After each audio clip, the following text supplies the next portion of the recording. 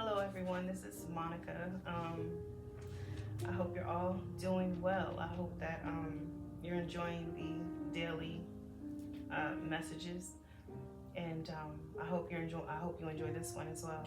I have had an idea of continuing dailies, but if you guys want to give me some input, I'd appreciate it if you have any kind, really. But specifically, I mean, when it comes to the dailies, if the dailies are really something that you know you guys want, just let me know. Um, I'm leaning towards going back to the weekly, but again, like if you have any input and it really you doing, like the fact that there are dailies, just let me know. And like I said, I'm doing my best to make sure that they continue. And as always, like lately, I've been asking for prayer in reference to that. So if you have, thank you. And if you choose to, I appreciate it because I truly want to be able to do them and get them out for you guys. And that being said, I'm going to get straight to the area of the word that I was led to, and it was, or it is, Nehemiah 13. It speaks about, in this area of the word, actually, we get to witness Nehemiah's return to Jerusalem after a period of absence, only to find that the people had strayed from their commitment to God's laws. So Nehemiah confronts the people, and he hits the failures head on, and he holds them accountable for their actions and restoring order with a firm resolve. So that's what we'll be reading about. If you want to read along, I do suggest that you do. It's Nehemiah 13. And before I get into it, I'm realizing so often we find in the Word that, in the Bible, that God loves His people and He gives them so many opportunities to stay on the path that He wants them on, but it seems like they stray so often. And to get them back, it's either He's constantly having the prophets warn them and help bring them right back to where they should be so they would stay steadfast. And it makes me wonder from my own personal life where I could see myself in that regard. Where can I stay on the path of being right with God?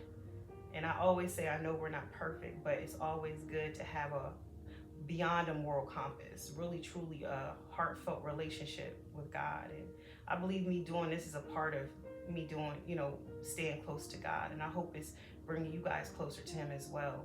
That's the whole objective of this channel. So that being said, I'm gonna follow through and hope that this message touches you guys in a way where it makes your relationship with God grow stronger. And again, you can follow along. I'm going to start reading. It's Nehemiah 13. Nehemiah 13. And it says, on that day, the book of Moses was read aloud in the hearing of the people.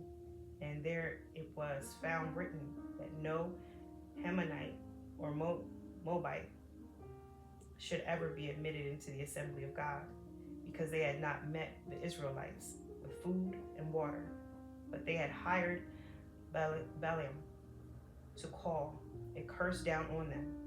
Our God, however, turned the curse into a blessing. When the people heard this law, they excluded from Israel all who were of foreign descent. Before this, Eliashib, the priest, had been put in charge of the storerooms of the house of our God. He was closely associated with Tobiah, and he had provided him with a large room formerly used to store the grain offering and incense and temple articles, and also the tithe of grain, new wine, and olive oil prescribed for the Levites, musicians, and gatekeepers, as well as the contributions for the priests. But while all this was going on, I was not in Jerusalem, for in the 32nd year of Artaxerxes, king of Babylon, I had returned to the king. Sometime later, I asked his permission and came back to Jerusalem. Here I learned about the evil thing Elijah had done in providing Taba a room in the courts of the house of God. I was greatly displeased and threw all Taba's household goods out of the room, and I gave orders to purify the rooms. And then I put back into them the equipment of the house of God with the grain offerings and the incense. I also learned that the portions assigned to the Levites had not been given to them, and that all the Levites and musicians all the musicians responsible for the service had gone back to their own fields. So I rebuked the officials and asked them, "Why is the house of God neglected?" Then I called them together and stationed them at their posts. All Judah brought the tithes of grain, new wine, and olive oil into the storerooms. I put Shelemai the priest, Zodak the scribe, and the Levite named Pedai in charge of the storerooms, and made Hanan the son of Zachar, the son of Matana, their assistant, because they were considered trustworthy. They were made responsible for distributing the supplies to their fellow Levites. Remember me for this, my God, and do not blot out what I so faithfully done for the house of my God and its services. In those days I saw people in Judah trading wine presses on the Sabbath and bringing in grain and loading it on donkeys, together with wine, grapes, figs, and all other kinds of loads. And they were bringing all this into Jerusalem on the Sabbath. Therefore I warned them against selling food on that day. People from Tyre who lived in Jerusalem were bringing in fish and all kinds of merchandise and selling them in Jerusalem on the Sabbath to the people of Judah. I rebuked the nobles of Judah and said to them, "What is the wicked things you are doing, desecrating the Sabbath day? Didn't your ancestors do the same things, so that our God brought all this calamity on us and on this city?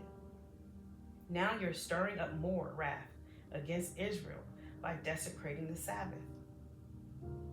When the evening shadows fell on the gates of Jerusalem before the Sabbath, I ordered the doors to be shut and not open until the Sabbath was over. I stationed some of my own men at the gates so that no load could be brought in on the Sabbath day. Once or twice, the merchants and sellers of all kinds of goods spent the night outside Jerusalem. But I warned them and said, "Why do you spend the night by the wall? If you do this again, I will arrest you." From that time on, they no longer came on the Sabbath. Then I commanded the Levites to purify themselves and go and guard the gates in order to keep the Sabbath day holy. Remember me for this also, my God, and show mercy to me according to your great love. Moreover, on those days I saw men of Judah who had married women of Ashada, Ammon, and Moab. Half of the children spoke the language of Ashada or the language of one of the other people, and did not know how to speak the language of Judah. I rebuked them and called curses down on them. I beat some of the men and pulled out their hair. I made them take an oath in God's name and said, "You are not to give your daughters in marriage to their sons, nor are you to take their daughters in marriage for your sons or for them or for yourselves. Was it not because of marriage like these that Solomon, king of Israel, sinned? That's deep. I'll say that again. Was it not because of marriage like these that Solomon, the king of Israel, sinned? Among the many nations, there was no king like him, and he was loved by his God, and God made him king over all of Israel. But even he was led into sin by foreign women. Must we hear now that you too are doing all this terrible wickedness and are being unfaithful to our God by marrying foreign women? One of the sons of Jehoiada, son of Elisha, the high priest, was son-in-law to Sanballat, the Horonite, and I drove him away from me. Remember them, my God, because they have defiled the priestly office and the covenant of the priesthood and of the Levites. So I purify the priests and the Levites of everything foreign and assign them duties, each to his own task. I also made provision for contributions of wood and designated times and for the first fruits. Remember me with favor, my God. That's the end of this area of the word. The Nehemiah is very strong in his position, and the fact that he did so much to reform everything speaks volumes of his character. And the fact that he chose to support his position by bringing up King Solomon was very powerful, because it's very true. In our walk with God, we have to be careful the company we keep, especially someone we're going to marry. If they're not equally yoked and they don't have the same relationship that you have with God, or trying to grow it, it can take you off the path that God has for you.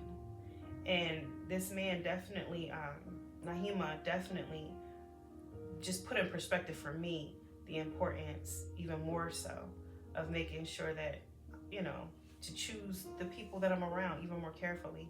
And I hope this particular area of the Bible has encouraged you. And know that until next time, you're all in my prayers, and God bless you.